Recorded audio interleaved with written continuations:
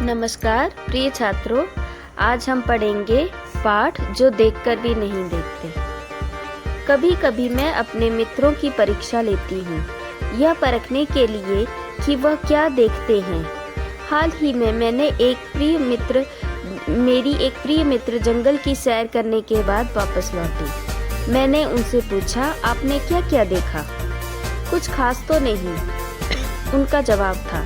मुझे बहुत अचरज नहीं हुआ, क्योंकि मैं अब इस तरह के उत्तरों की आदी हो चुकी हूँ।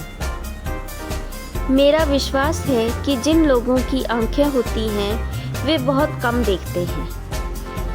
क्या यह संभव है कि भला कोई जंगल में घंटा भर घूमे और फिर भी कोई विशेष चीज न देखे? मुझे जिसे कुछ भी दिखाई नहीं देता, सैकड़ों रोचक चीजें मिलती हैं जिन्हें मैं छूकर पहचान लेती हूँ। मैं भोजपत्र के पेड़ की चिकनी छाल और चीड़ की खुरदरी छाल की स्पर्श से पहचान लेती हूँ। बसंत के दौरान मैं टहनियों में नई कलियाँ खोजती हूँ। मुझे फूलों की पंखुड़ियों की मखमली सतह छूने और उसकी घुमावदार बनावट महसूस करने में अपार आनंद मिलता है। इस दौरान मुझे प्रकृति के जादू का कुछ एहसास होता है।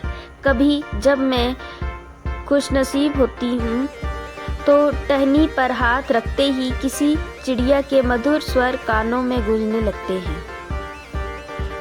अपनी उंगलियों के बीच झरने के पानी को बहते हुए महसूस कर मैं आनंदित हो उठती हूँ। मुझे चीड़ की फैली पत्तियाँ या घास का मैदान किसी भी महंगे कालीन से अधिक प्रिय है। बदलते हुए मौसम का समा मेरे जीवन में एक नया रंग और खुशियाँ भर देता है। कभी कभी मेरा दिल इन सब चीज़ों को देखने के लिए मचल उठता है। अगर मुझे इन चीज़ों को सिर्फ छूने भर से इतनी खुशी मिलती है तो उनकी सुंदरता देखकर तो मेरा मन मुग्ध हो जाएगा। परंतु जिन लोगों की आंखें हैं वे सचमुच बहुत कम देखते हैं।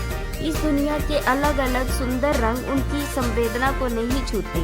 मनुष्य अपनी क्षमताओं की कभी कदर नहीं करता। वह हमेशा उस चीज की आस लगाए रहता है जो उसके पास नहीं है। यह कितने दुख की बात है कि दृष्टि के आशीर्वाद को लोग एक साधारण सी चीज समझते हैं, बल्कि इस नियामत से जिंदगी को खुशियों के इंद्रधनुषी रंगों से हरा भरा किया जा सकता है। द्वारा हेलेन केलर। धन्यवाद।